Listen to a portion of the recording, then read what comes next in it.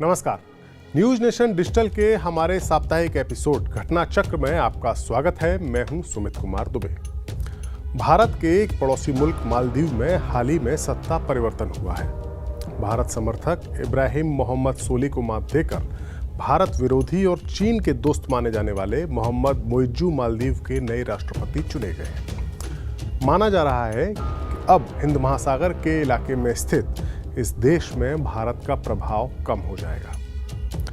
मालदीव एक ऐसा देश है जिसके साथ भारत के बेहद दोस्ताना ताल्लुकात रहे हैं और एक वक्त तो मालदीव के राष्ट्रपति को बचाने के लिए भारत ने अपने पैरा कमांडोज इस मुल्क में उतार दिए थे। हमारे इस सप्ताह के एपिसोड में हम बात करेंगे उस घटना चक्र की जिसमें भारत ने ऑपरेशन कैक्टस के तहत जब इंडियन आर्मी के कमांडोज को अपनी सीमा से बाहर भेजकर किसी दूसरे मुल्क में तख्ता पलट की कोशिश को नाकाम कर दिया था। वो साल था 1988 का और महीना था नवंबर का। मालदीव के तब के राष्ट्रपति अब्दुल गयूम भारत के बहुत अच्छे दोस्त हुआ करते थे। 3 नवंबर 1988 की रात को कुछ भाड़े के आतंकियों ने गयूम की सत्ता को पलटने की साजिश रची। गयूम को उस वक्त भारत की यात्रा पर आना था और साजिशकर्ताओं की प्लानिंग उनकी गैर मौजूदगी में मालदीव में तख्ता पलट करने की थी। हालांकि तब के भारतीय पीएम राजीव गांधी को तब एक चुनाव के सिलसिले में दिल्ली से बाहर जाना पड़ा तो गयूम का भारत दौरा स्थगित हो गया। लेकिन तख्ता पलट के जो साजिशकर्ता थे उन्होंने मालदीव की राजधानी माले में उसी 3 नवंबर की रात को ही तख्ता पलट को अंजाम देने का फैसला किया। माले की सड़कों पर हथियारबंद आतंकी फैल गए, गोलियां चलने लगी और मालदीव के प्रेसिडेंट अब्दुल गयूम को भागकर सेफ हाउस में शरण लेनी पड़ी। उस वक्त माले की सरकार की तरफ से America, Britain, Pakistan, Sri Lanka, Singapore और भारत से मदद के लिए फोन गए। इनमें से किसी भी देश ने उस वक्त अब्दुल गयूम के खिलाफ हो रहे तख्ता पलट को रोकने में दिलचस्पी नहीं दिखाई या उस वक्त वो सक्षम नहीं थे सिवाय भारत के। भारत ने अपने दोस्त मालदीव की सरकार को बचाने के लिए ऑपरेशन कैक्टस शुरू किया, जिसकी कामयाबी ने इंटरनेशनल बिरादरी में भारत की मिलिट्री क्षमता के झंडे गाड़ दिए। ऑपरेशन कैक्टस को किस तरह कामयाब बनाया गया, उस कहानी को बताने से पहले हम आपको मालदीव के बारे में कुछ बातें बताते हैं, जिससे आपको ये अंदाजा हो जाएगा कि मालदीव भारत के लिए कितना अहम है। भारत से करीब 2000 किलोमीटर दूर हिंद महासागर में स्थित मालदीव की जनसंख्या मौजूदा वक्त में तकरीबन 5.5 लाख है।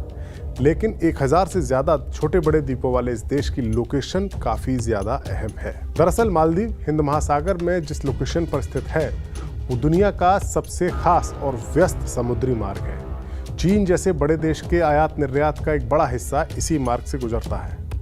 मालदीव की जनता इस्लाम मजहब को फॉलो करती है और सांस्कृतिक रूप से भारत के साथ काफी जुड़ाव है मालदीव की आवाम का।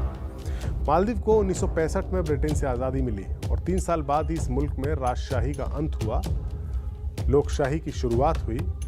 साल 1978 में मालदीव के राष्ट्रपति बने अब्दुल गयूम। 1980 और 1983 में उनके खिलाफ नाकाम बगावत भी हुई, लेकिन 1988 की बगावत काफ़ी तैयारी के साथ की गई थी।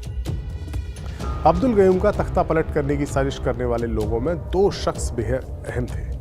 मालदीव का ही एक बिजनेसमैन था अब्दुल्ला लतूफी और श्रीलंका के तमिल बागियों में से एक गुट का लीडर महेश्वरन।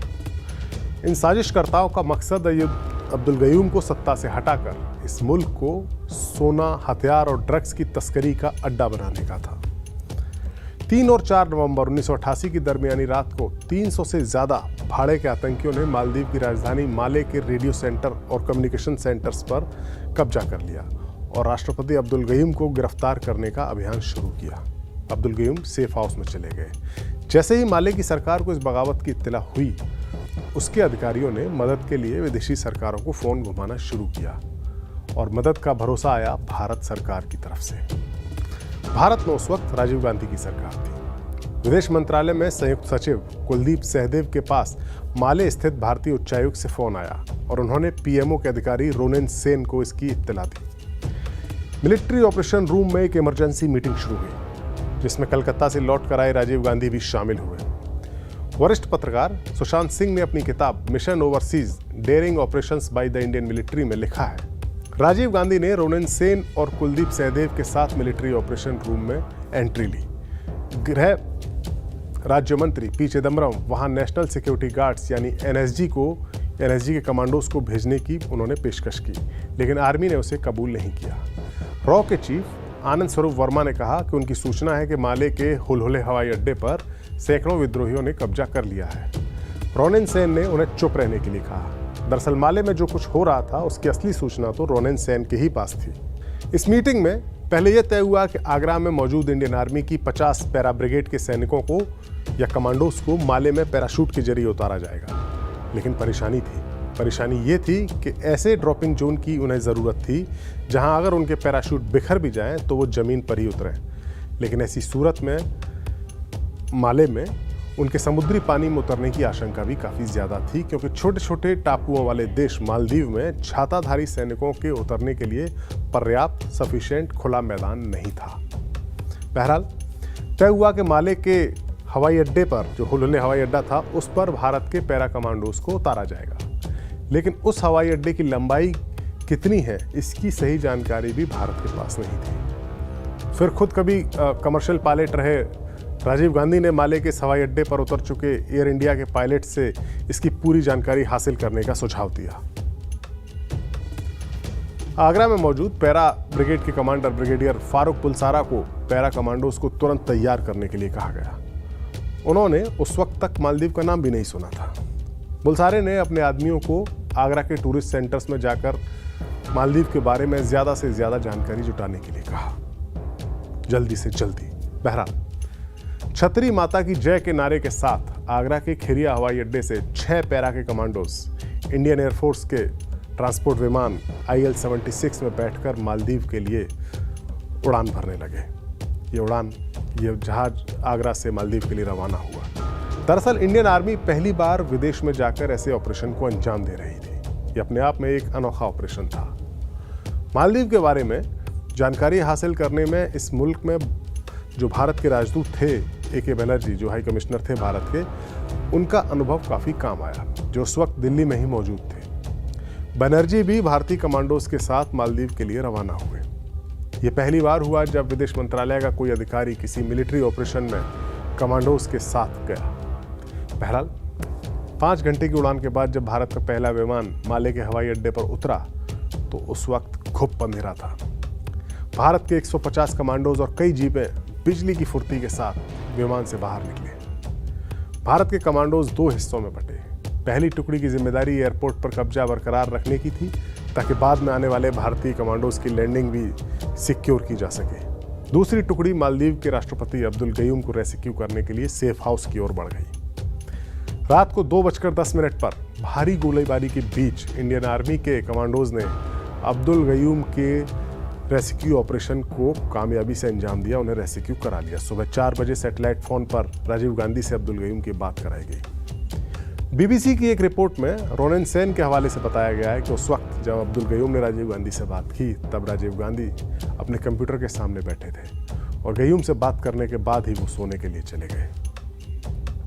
इंडियन आर्मी के कमांडोज ने मालदीव में तख्ता पलट की कोशिश को नाकाम तो कर दिया था, लेकिन पिक्चर अभी बाकी थी।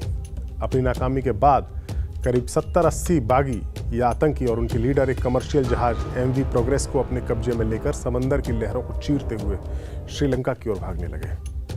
लेकिन समंदर में उनका सामना हुआ इंडियन नेवी के जहाज INS गोदावरी और INS बेतवा से।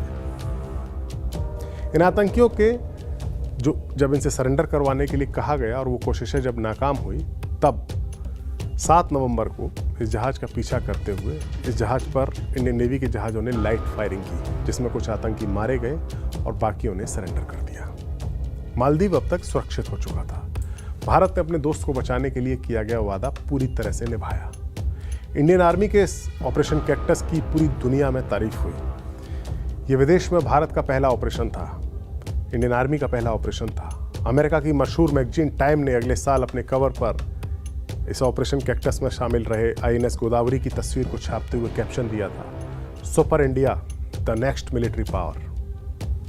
भारत अब वाकई में एक मिलिट्री पावर बन गया है और ऑपरेशन कैक्टस इंडियन आर्मी के सबसे कामयाब ऑपरेशंस में से एक है। तो ये था हमारा इस सप्ताह का घटना चक्र। ये वीडियो आपको कैसा लगा, अपनी राय हमें जरूर बताएं।